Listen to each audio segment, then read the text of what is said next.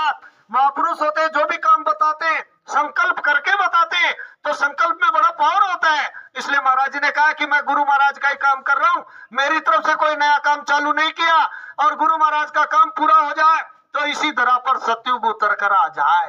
तो अभी तो महाराज जी ने कहा पिछले दिनों में कि सतयुग तो चुटकी बजाते आ जाए, पर अभी तुम सतयुग काबिल बने ही नहीं हो, और सतयुग में वही तो लोग रह पाएंगे जो सतयुग के काबिल होंगे, योग्य होंगे। और बाकी का तो कहता है कि सतयुग आने से पहले बच्चा तेरा कचुम्बर निकल जाएगा। बोले कचुम्बर कहते हैं जिस तरीके से प्लेन हो जाए, तो ये कचुम्बर निकलने की तैयारी नहीं हो रही क्या?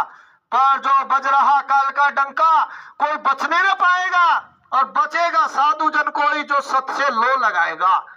अब वही बच पाएगा जो सत्य होगा, सत्यवादी होगा, ईश्वरवादी होगा, खुदा प्रस्त होगा, और जिसका अंदर का हृदय साफ होगा, और माँ को माँ, बहन को बहन, यानी धर्म पर चलेगा, आचरण सही होंगे, वही तो बच पाएगा।